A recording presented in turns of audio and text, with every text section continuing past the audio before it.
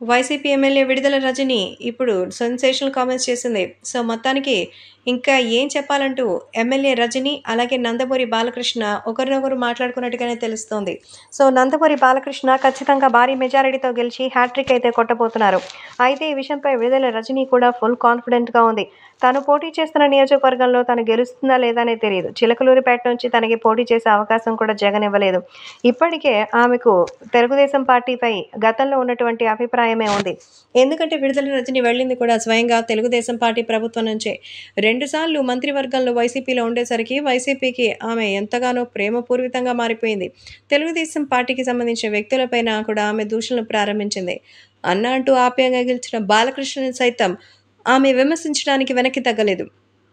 అయితే కాలం దగ్గర పడిందని, మరి దేవుడనేవారు చూస్తూ ఊరుకోరని, పాపానికి మరి ఎక్కువ కాలం అయితే ఉండదు. మరి పాపం పండిన వెంటనే మరి శేషరుణం చెల్లించాల్సిన బాధ్యత మనదే అంటూ నీతి వాక్యాలు చెప్పారు నందమూరి బాలకృష్ణ.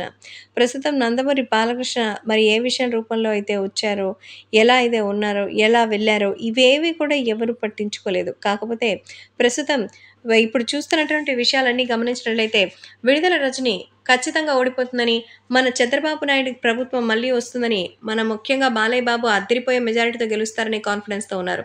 సో, విడుదల రజని వర్సెస్ నందమూరి బాలకృష్ణ ఛాలెంజెస్‌లో ఖచ్చితంగా బాలయ్య బాబు విడుదల రజనీని మించిపోయే ఓట్లతో ముందుకొస్తున్నారని తెలుస్తోంది. కాబట్టి ఈ విషయం కూడా ఎంతో సంచలనంగా మారుతోంది.